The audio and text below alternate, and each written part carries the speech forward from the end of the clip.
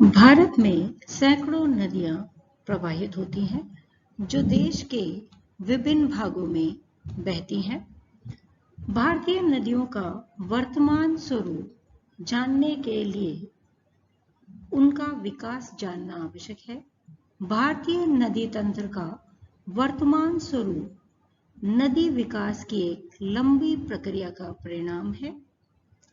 नदी तंत्र के विकास के आधार पर भारतीय नदियों को दो वृहद भागों में बांटा जाता है, हिमालय की नदियां और प्रायद्वीपीय नदियां। In this presentation, we'll be discussing the Indus River system, which is the part of the Himalayan river system. Sindhu नदी के अपवाह तंत्र को समझने से पहले हिमालय की नदियों के बारे में जानना आवश्यक है। हिमालय से निकलने वाली तीन प्रमुख नदियां पश्चिम से पूर्व की ओर हैं, सिंधु, गंगा और ब्रह्मपुत्र। ये तीनों नदियां विकास के एक लंबे उतार चढ़ाव के इतिहास से गुजरी हैं। ये नदियां तिब्बती उच्च प्रदेश के दक्षिणी ढाल से निकलती हैं और हिमालय के अक्ष के समानांतर अनुदैर्ध्य द्रोणियां लॉन्गिट्यूडनल ट्रॉफ्स में बहने के पश्चात मैदानों तक पहुंचने के लिए पर्वतों के श्रृंगों को भेद कर अचानक से दक्षिण की ओर मुड़ जाती हैं। सिंधु, सतलज, अलकनंदा, गंडक, कोसी और ब्रह्मपुत्र गहरे महाखंड गॉजेस बनाती हैं और आगे बढ़ती हैं। इन महाखंडों द्वारा प्रस्तुत प्रमाणों के अध्ययन से पता लगता है कि ये नदियां पर्वतों से भी पुरानी हैं। These rivers were flowing before the formation of Himalayas. विद्वानों का मत है कि ये नदियां हिमालय के निर्माण की सभी अवस्थाओं में बहती रही हैं। इसके फलस्वरूप इन नदियों के किनारे ऊपर उठते गए और इनका तल गहरा होता गया और इस प्रकार महाखंडों का निर्माण हुआ।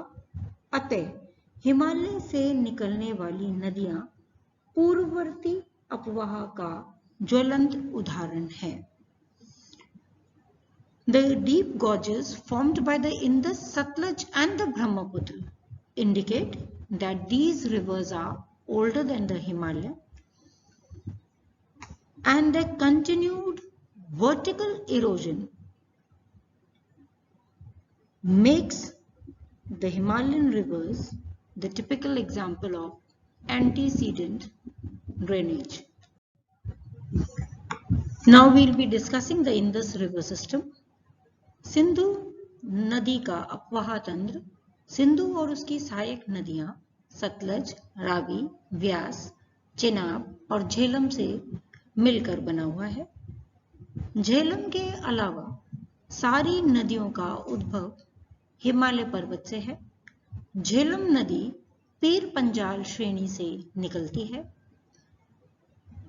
भारत के विभाजन के बाद सिंधु नदी का बहुत बड़ा पार्ट पाकिस्तान को चला गया है। इस टेबल के माध्यम से हम सिंधु नदी और उसकी सहायक नदियों के लंबाई चौड़ाई के बारे में जान सकते हैं। पहली है सिंधु नदी, जो कि कैलाश श्रेणी से निकलती है। लंबाई 2880 किलोमीटर, जिसमें से 710 किलोमीटर भारत में है और ये अरब सागर में जाकर गिरती है। दूसरी है झेलम, जो कि वेरीनाग पीर पंजाल श्रेणी से निकलती है। 720 किलोमीटर बहते हुए इसके ऊपर उरी और तुलबुल हाइड्रो इलेक्ट्रिक प्रोजेक्ट्स बने हुए हैं। आगे जाके चेनाब से मिलती है।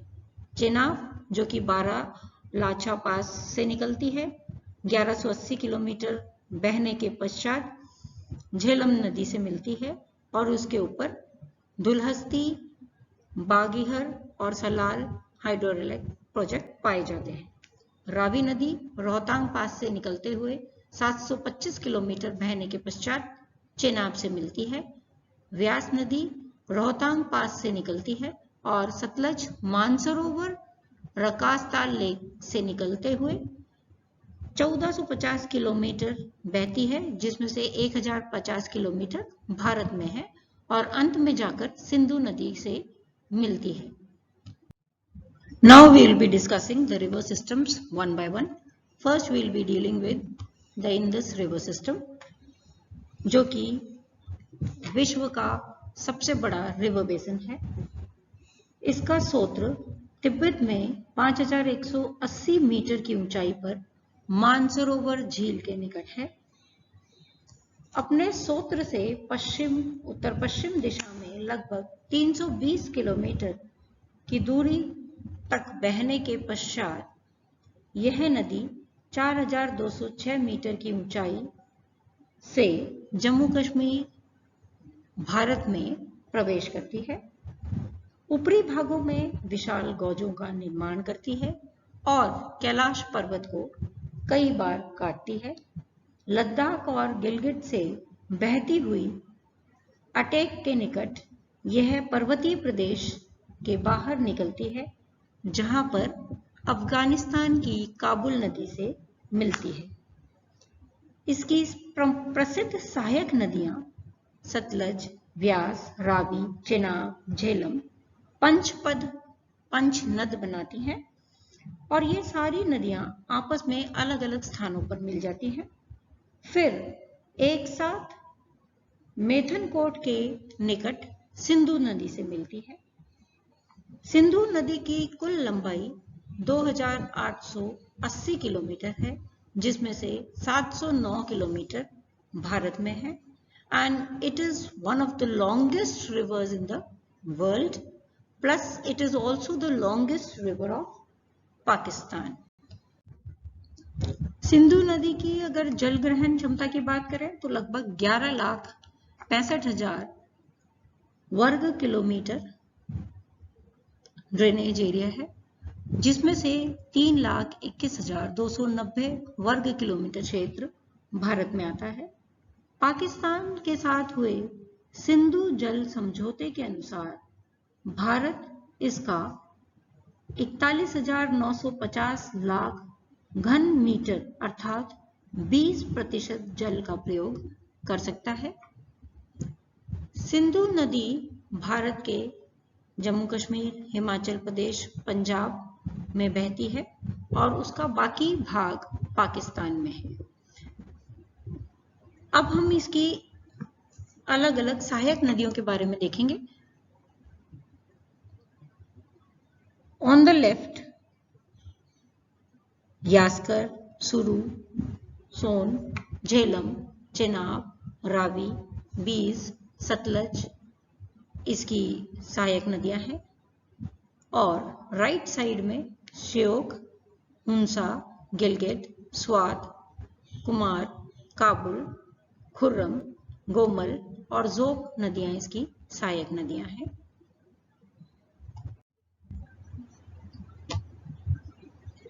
In this map, we can see the flow of the different rivers. Sindhu नदी को हम देखेंगे कि कैलाश मानसरोवर से निकलने के बाद बहते हुए जम्मू कश्मीर में बहती है, फिर उसके बाद वूलर झील के आसपास, फिर अटोक के अंदर मैदानी भाग में प्रवेश करती है, फिर उसके बाद सारी सहायक नदियों से मिठानकोट के निकट मिल जाती है। दूसरा फिर हम देखेंगे सतलज। ये सतलज नदी का प्रवाह क्षेत्र है जो कि अगेन मानसरोवर झील से ही निकलती हुई है। ये नदी है रावी, जो कि चेनाब से मिलती है। चेनाब जो कि उसके उत्तर में बहती है और रावी से मिल जाती है। झेलम नदी जो कि हिमालय क्षेत्र, पीर पंजाल क्षेत्र से निकलते हुए चेनाब में मिलती है।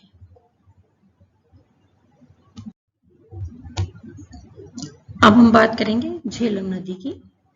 झेलम नदी कश्मीर की घाटी के दक्षिण पूर्व में 4,900 मीटर की ऊंचाई पर स्थित वेरीनाग के निकट के झरने से निकलती है। यह पीर पंजाल पर्वत में लगभग लांबिक दीवारों वाला 200 मीटर गहरा खड्डा बनाती है। कश्मीर में बहुत सी नदियां इसमें आकर मिलती हैं। इसमें लिदर नदी महत्वपूर्ण है।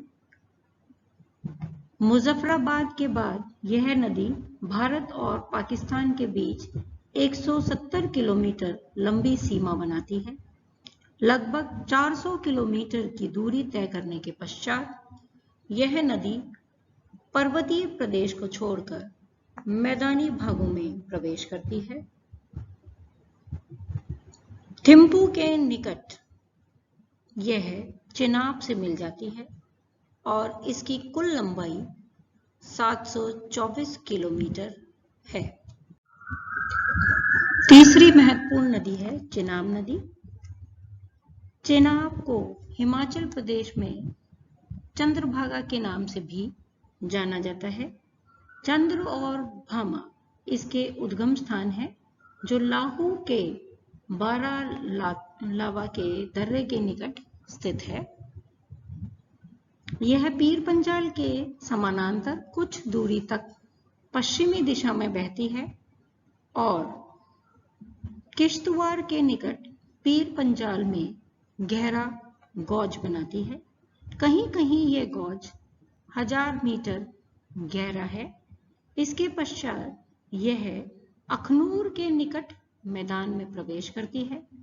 मैदानी भाग में प्रवेश करने से पहले यह लगभग 330 किलोमीटर की दूरी तय करती है। उसके पश्चात यह लगभग 640 किलोमीटर की दूरी तय करके पंचनद पहुंचती है। यहाँ पर यह झेलम और रावी नदियों का जल ग्रहण करने के पश्चात सतलज नदी में जाकर मिल जाती है। इसकी कुल लंबाई 1180 किलोमीटर है। अब हम बात करेंगे रावी नदी के बारे में। रावी नदी रोहतांग दर्रे के निकटवर्ती भाग से निकलती है, जो कि हिमाचल प्रदेश में है। धौलाधार की उत्तरी तथा पीर पंजाल की दक्षिणी ढालों में से गुजरते हुए यह नदी एक सकड़ी घाटी बनाती है। चंपा से कुछ दूर आने के बाद धौलाधार श्रेणी में गहरा गौज बनाती है और उसके बाद माधोपुर के पास यह मैदानी भाग में प्रवेश करती है। अपने उद्गम स्थल से शुरू होकर पाकिस्तान के मुल्तान के निकट यह चेनाब नदी के साथ मिलती है। तब तक यह 720 किलोमीटर की दूरी तय करती है। अब बात करेंगे व्यास नदी के बारे में। यह नदी हिमालय में स्थित रोहतांग दर्रे में 4062 मीटर की ऊंचाई पर स्थित व्यास कुंड में से निकलती है। यह 900 मीटर गहरा गौज बनाती है और धौलाधार पर्वत को पार करती है। पंजाब के होशियारपुर जिले में स्थित तलवाड़ नामक स्थान पर यह मैदानी भागों में प्रवेश करती है।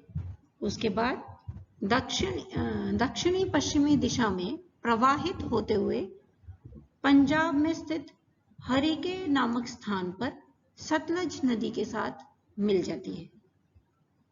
यह एक छोटी नदी है जिसकी लंबाई केवल 460 किलोमीटर है, परंतु यह पूर्णतः भारत में बहती है। पूरे सिंधु प्रवाह क्षेत्र में व्यास ही एक ऐसी नदी है जिसका सारा भाग भारत में प्रवाहित होता है। Now we are going to discuss the most important tributary of the river Indus, the Satluj River. यह नदी तिब्बत में कैलाश पर्वत के दक्षिण में स्थित मानसरोवर झील के समीप रकासताल झील से निकलती है, जो कि समुद्र तल से 4570 मीटर ऊंचा है।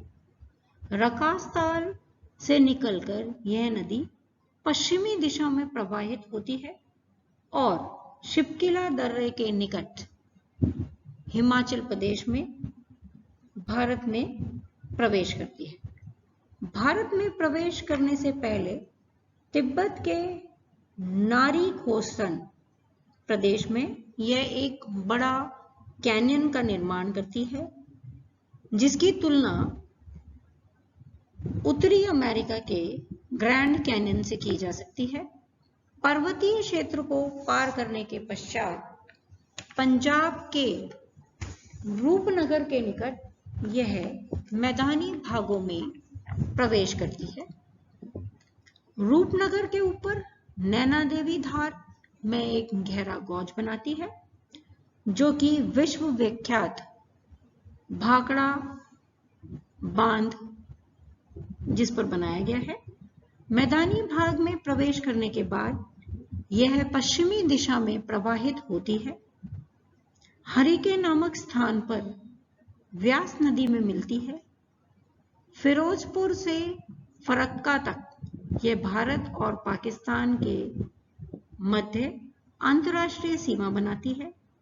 उसके पश्चात यह रावी, चेनाब और झेलम नदियों का संयुक्त जल एकत्रित करके पाकिस्तान के मिठानकोट नामक स्थान पर सिंधु नदी में जाकर मिलती है। इसकी कुल लंबाई 1450 किलोमीटर है, जिसमें से 1050 किलोमीटर भारत में पाया जाता है। In this slide, we will be discussing about the Doab areas of Indus River system. Doab दो नदियों के बीच में पाए जाने वाले मैदानी भागों को कहा जाता है। सिंधु नदी कई दोआबों का निर्माण करती है। सबसे पहली है बिस्त दोआब, जो कि ब्यास और सतलज नदी के मध्य बनता है। दूसरा है बारी दोआब, जो कि व्यास और रावी नदी के बीच में बनता है। तीसरा है रचना दोआब, जो कि रावी और चेनाब के मध्य बनता है। चौथा है चांग, जो कि चेनाब और झेलम के मध्य बनता है। And the most important is the Sindh Sagar Doab, जिसे कि मैप के अंदर हम येलो शेड में देख सकते हैं। And it is between the Jhelum Sindhu river, this area.